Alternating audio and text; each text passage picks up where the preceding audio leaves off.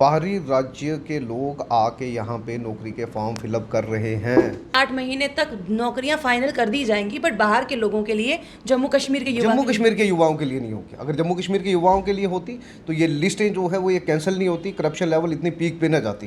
Religion और reason को बांटने की बात करते हैं, हिंदू को मुस्लिम के साथ, मुस्लिम को हिंदू के साथ, फिर सिखों को सबके साथ। जब वो लोग अगर फॉर्म फिलअप कर रहे हैं, जो जम्मू कश्मीर का युवा है वो कहाँ जाएगा?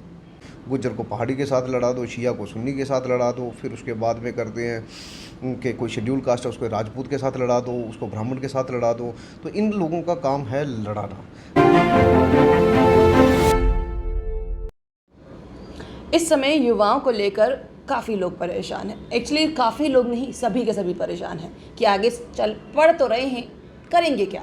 चलिए, कहीं ना कहीं कुछ एंटरप्रेन्योर बन रहे हैं, पर बाकी सब क्या करेंगे। अब देखिए, ओपोजिशन जब तक स्ट्रांग नहीं हो जाएगी तब तक हम ये नहीं कह सकते कि कुछ काम ढंग से हो पाएगा।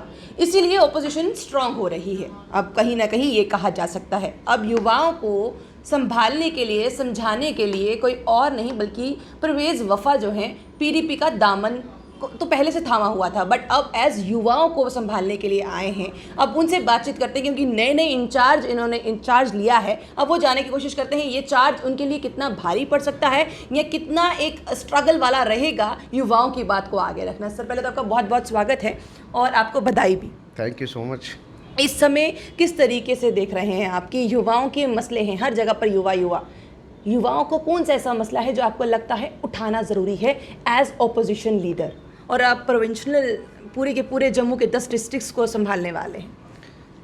देखिए, युवाओं के मसले तो बहुत सारे हैं। ये पिछले 4 साल में जब से हमारी स्टेट जो है ये यूटी के अंदर कन्वर्ट हुई 5 अगस्त 2019 के बाद, उसके बाद से लेकर टिल आज की डेट तक मसले रहे। बट मैं एक मसले को हमेशा तरजीह देता रहा हूँ और देता रहूँगा, और वो है अनएम्प्लॉयमेंट। युवा हमारा पढ़ा लिखा है, बेरोज़गार है, और आप जान के हैरान होंगे कि मेरे घर के नज़दीक में एक टाटा कंसल्टेंसी ने एक कॉलेज को रेंट पे लिया है, और वहाँ पे आए रोज़ पिछले 1 महीने से मैं देख रहा हूँ कि बाहरी राज्यों से जो लोग हैं उनको लाया जा रहा है, और उनके एग्ज़ाम्स जो हैं वो यहाँ पे हो रहे हैं। जो हक़ जम्मू कश्मीर के युवाओं का था वो हक़ उनको दिया जा रहा है। राजस्थान के लोग मैंने वहाँ देखे, हरियाणा से मैंने लोग वहाँ देखे, यूपी से देखे, बिहार से देखे, मध्य प्रदेश से लोग देखे, हो सकता है कहीं अन्य राज्यों से भी होंगे।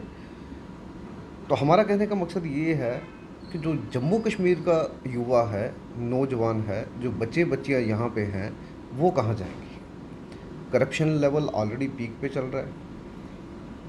3 लिस्ट इन्होंने निकाले, एफए की, पीएसआई की और जूनियर असिस्टेंट की। तीनों के तीनों इन्होंने ख़त्म कर दिया।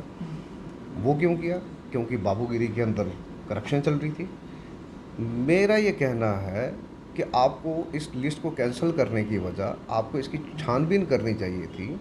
जो लोग इसमें इन्वॉल्व थे या जिन लोगों ने पैसा दिया या किसी भी तरीके से किसी की इन्वॉल्वमेंट थी, आपको उनके नाम जो है वो आउट करने चाहिए। जो गरीब बच्चा, जो जिस माँ बाप ने अपने बच्चे को एजुकेशन दी, किसी मुकाम तक पहुंचाया, और वो आगे एग्ज़ाम दिया और पास हुआ, उसका क्या कसूर है?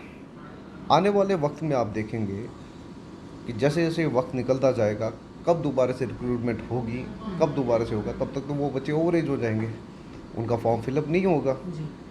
वो बच्चे कहाँ जाएंगे, ये बताइए। और मुझे ये लगता है जो बाहरी राज्य के लोगों को यहाँ पे ला रहे हैं, मेन मकसद ही उनका यही है कि ना तो यहाँ की ज़मीन को हम सेफ़ रहने देंगे, ना यहाँ के जॉब को हम सेफ़ रहने देंगे, और यहाँ के जो नौजवान हैं उनको तो एम्प्लॉयमेंट हम देना ही नहीं चाहते।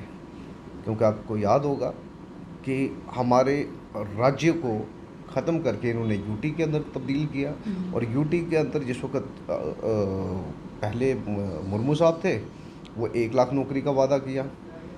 फिर उनके पास सत्यपाल मलिक जी आए, 50,000 का वादा किया। जब तीसरे आए, इन्होंने 25,000, और उसके बाद 25,000 की जगह इन्होंने 0% ले लिया। अभी तक कोई भी रिक्रूटमेंट नहीं हुई।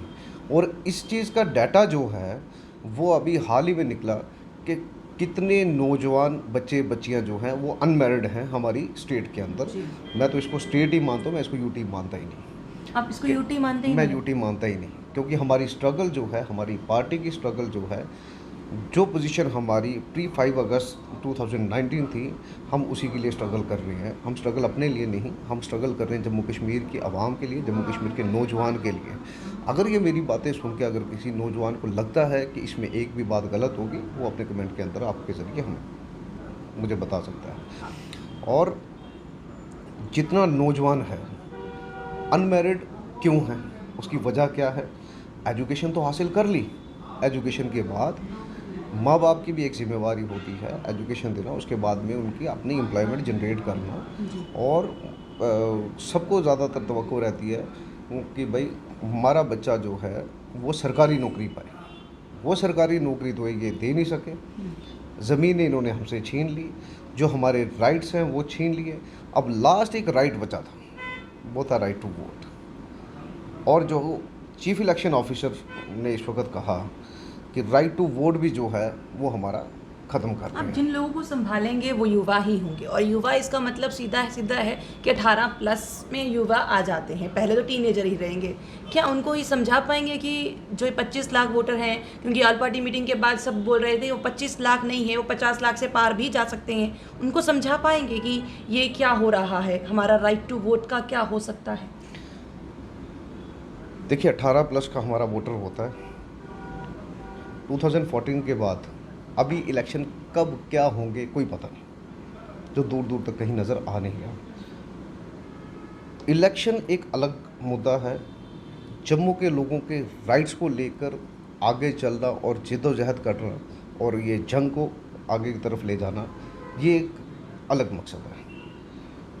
हम लोगों के लिए इलेक्शंस इम्पॉर्टेंट नहीं है। हम लोगों के लिए इम्पॉर्टेंट है जो डिग्निटी हम लोगों से हमारी छीनी गई है, जो हमारी पहचान छीनी गई है, हम लोग उस चीज़ के लिए जंग लड़ रहे हैं। इस 25 लाख के वोटर को लेकर अगर 50 लाख भी ले जाते हैं, आज तो मैं नौजवान साथियों को बोलूँगा कि आप ये बात ध्यान से सुनिएगा। आज की तारीख में उन लोगों को लाया जाएगा जम्मू, सांबा, कठुआ, उधमपुर और बाकी प्रोविंस में कम आएंगे। ये 4 ज़िलों के अंदर ज़्यादा लोग ला के बसाएंगे। आज वो लोग जम्मू के डोगरे के लिए वोट करेंगे, गुजर के लिए वोट करेंगे, पहाड़ी के लिए करेंगे, कश्मीरी के लिए करेंगे, वो लोग जो बाहरी राज्यों के लोग हैं। जैसे जैसे वक्त गुजरता जाएगा वैसे वैसे ये डोगरा भी गायब हो जाएगा, ये कश्मीरी भी गायब हो जाएगा, ये पहाड़ी भी गायब हो जाएगा, ये गुजर भी गायब हो जाएगा। फिर इस पहाड़ी, गुज्जर को, डोगरा को, कश्मीरी को, बौद्ध को, जैनी को, उनके लिए वोट करना पड़ेगा। और ये चीज़ ऑलरेडी कुछ स्टेट्स के अंदर हुई है, जहाँ पे बाहरी लोगों को पहले बसाया गया, फिर वो उनको एज एन पॉलिटिकल प्रोसेस के ज़रिए कंटेस्ट करवाया गया, और वहाँ के लोकल लोगों की जो डिग्निटी है वो ख़त्म की गई। ये जो हमारी डिग्निटी थी, ये हमें जम्मू कश्मीर के महाराजा ने दी थी।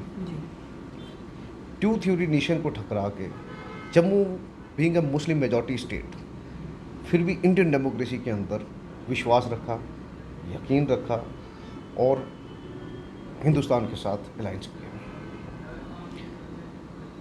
बट उसके बावजूद भी जम्मू कश्मीर की ज़मीन सबको चाहिए, बट जम्मू कश्मीर के लोग किसी को नहीं चाहिए। ये बहुत बड़ी बात है कि जम्मू कश्मीर की ज़मीन सबको चाहिए, जम्मू कश्मीर के लोग किसी को नहीं चाहिए। इसके साथ साथ में और भी युवाओं के कई मसले हैं। आपको लगता है कि जो ये आपके कंधे पे इतना जो भार डाला है, ये अब कैसे इसको फुलफ़िल कर पाएंगे? क्योंकि युवाओं के बहुत मसले हैं, ड्रग्स में नहीं जाने देना, वोट के बारे में समझाना, नौकरियों को लेकर किस तरीके से आप, क्योंकि अब मैं सीधा आप पर आती हूँ, युवाओं को ना करके आप किस तरह से इसको टैकल करेंगे? देखिए, टैकल करने के लिए हर पार्टी का एक प्रोग्राम होता है। उस प्रोग्राम को लेके हम बिल्कुल तहसील लेवल तक भी जाएंगे, ब्लॉक लेवल तक भी जाएंगे और इवन के पंचायत लेवल तक भी जाएंगे। हम बिल्कुल जाएंगे, उसको ग्राउंड पे इम्प्लीमेंट करेंगे, नौजवानों को अपने साथ जोड़ेंगे और समझाने की कोशिश करेंगे कि अपने फ्यूचर के साथ मत खेलो। जिस बच्चे की उम्र 2014 के अंदर 12 साल थी, आज 2022 के अंदर वो एक वोटर बन चुका है, ठीक। जिसकी उम्र 16 साल थी वो भी वोटर बन गया, जिसकी 14 साल थी वो भी वोटर बन गया, जिसकी 10 साल थी वो भी वोटर बन गया। Remember this thing.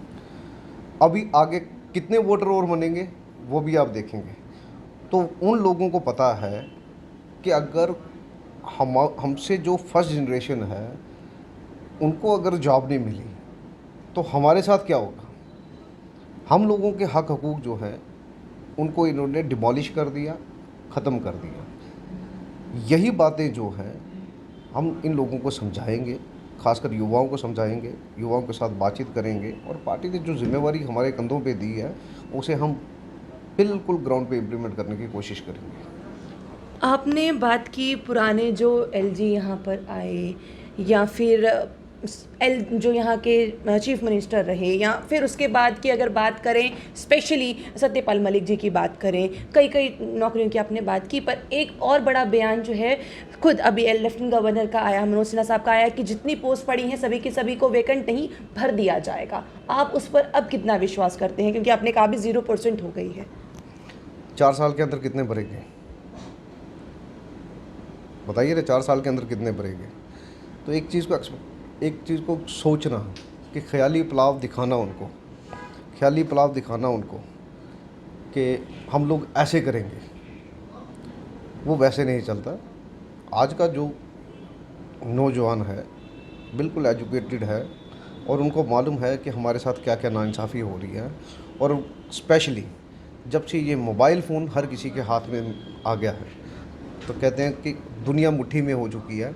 हर कोई अपना माइंडसेट रखता है, वो अपने माइंड से सोचता है कि क्या हमें बाकी कंट्रीज़ की तरह सोचना है या हमें कुछ पॉलिटिकल पार्टीज़ की तरह सोचना है जो लोग रिलीजन और रीजन को बांटने की बात करते हैं। हिंदू को मुस्लिम के साथ, मुस्लिम को हिंदू के साथ, फिर सिखों को सबके साथ, इस तरह से मतलब डिवीज़न जो क्रिएट करते हैं। फिर उसके बाद में ये करते हैं सबका डिवीज़न कर देते हैं, गुज्जर को पहाड़ी के साथ लड़ा दो, शिया को सुन्नी के साथ लड़ा दो। फिर उसके बाद में करते हैं कि कोई शेड्यूल कास्ट है उसको राजपूत के साथ लड़ा दो, उसको ब्राह्मण के साथ लड़ा दो। तो इन लोगों का काम है लड़ाना। जब तक हम इस रिलीजन और रीजन से ऊपर एक कदम ऊपर उठ के नहीं सोचेंगे तब तक जम्मू कश्मीर के युवाओं के लिए अंधेरा ही रहेगा। 6 से 8 महीने की बात की है, विश्वास पूरा है? किस चीज़ की 6 से 8 महीने? नौकरियां फाइनल हैं, लोगों को सब जगह नौकरियां मिल जाएंगी। 6 से 8 महीने का वादा है। इंतज़ार कीजिए, आप भी यहीं पे, अल्लाह ताला आपकी भी ज़िंदगी सलामत रखे और मेरी भी। जिस वक्त आएगा उस वक्त पे आप मेरे पास आइएगा, फिर हम पूछेंगे। मैंने जो बात आपसे कही, आपने गौर नहीं फरमाया, जो मैंने शुरू के अंदर आपसे बात की, स्टार्ट में एक बात कही मैंने आपसे कि बाहरी राज्य के लोग आके यहाँ पे नौकरी के फॉर्म फिलअप कर रहे हैं। जब वो लोग अगर वो फॉर्म फिलअप कर रहे हैं, जो जम्मू कश्मीर का युवा है वो कहाँ जाएगा? मुझे इस बात का जवाब दीजिए।